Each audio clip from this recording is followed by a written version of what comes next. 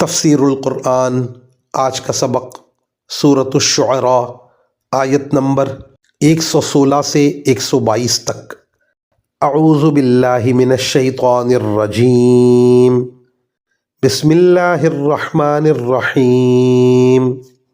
قالوا لئن لم تنتہ یا نوح لتکونن من المرجومین قال رب ان قومی کذبون فافتح بینی وبینہم فتحا ونجنی ومن معی من المؤمنین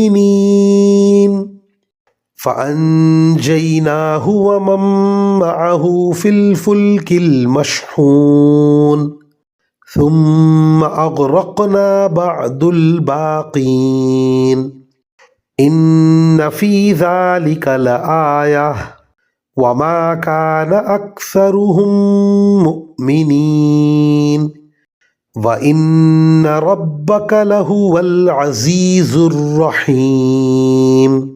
ترجمہ: وہ کہنے لگے، اے نوح، اگر تم باز نہ آئے تو تمہیں پتھر مار مار کر ہلاک کر دیا جائے گا۔ نوح نے کہا، میرے پروردگار، میری قوم نے مجھے جھٹلا دیا ہے، اب آپ میرے اور ان کے درمیان دو ٹوک فیصلہ کر دیجئے اور مجھے اور میرے مومن ساتھیوں کو بچا لیجئے۔ چنانچہ ہم نے انہیں اور ان کے ساتھیوں کو بھری ہوئی کشتی میں بچا لیا، پھر اس کے بعد باقی لوگوں کو غرق کر دیا۔ یقیناً اس سارے واقعے میں عبرت کا بڑا سامان ہے، پھر بھی ان میں سے اکثر لوگ ایمان نہیں لاتے۔ اور یقین رکھو کہ تمہارا پروردگار صاحب اقتدار بھی ہے، بہت مہربان بھی۔